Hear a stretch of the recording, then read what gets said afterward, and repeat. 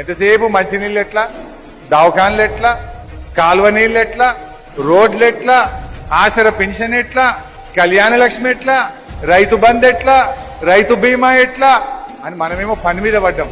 వీళ్ళేమో అన్ని కేసులు పెట్టుడు, కిరికిరులు పెట్టుడు, అబద్ధాలు ప్రచారం చేయడం, గోబల్స్ ప్రచారం చేయడం, ఇక్కడేమో అయిందట అక్కడేమో అయిందని ఓ ఫాల్తు మాటలు చెప్పుకుంటూ ఇలా వీళ్ళు రాజ్యం వెళ్తున్నారు. ఎందుకు చెప్తున్నారు ఫాల్తు మాటలు? చేసిన ముఖమైతే గీ పని చేద్దురా.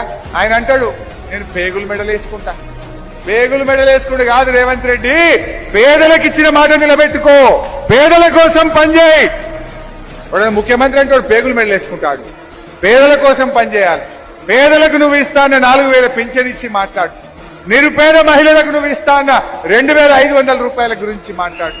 అవి చేత కాదు. మానవ బాంబులైతా ఎవడన్నా మానవ బాంబుల గురించి మాట్లాడతాడే, మానవీయ పాలన గురించి మాట్లాడు రేవంత్ రెడ్డి.